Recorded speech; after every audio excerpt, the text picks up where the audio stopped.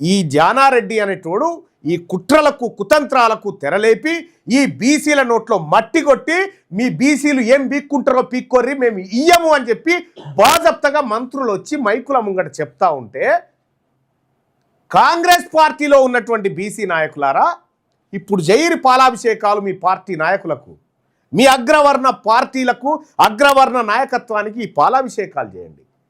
మహేష్ కుమార్ గౌడ్ గారు, మీరు బీసీల బిడ్డనే కదా, 42% రిజర్వేషన్ మేము ఇయ్యలేము అని చెప్పిండు నీ మంత్రి. నీవు బాజప్తగా నీ పదవికి రాజీనామా చేసి నువ్వు ఇచ్చిన మాట నిలబెట్టుకో.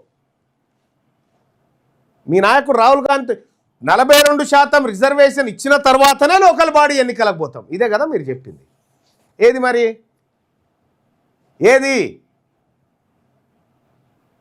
అయినా మహేష్ కుమార్ గౌడ్ గారు ఈ ప్రకటన చూసిన తర్వాత అన్న మీకు ఏమన్నా షేమ్ అనిపిస్తలేదా?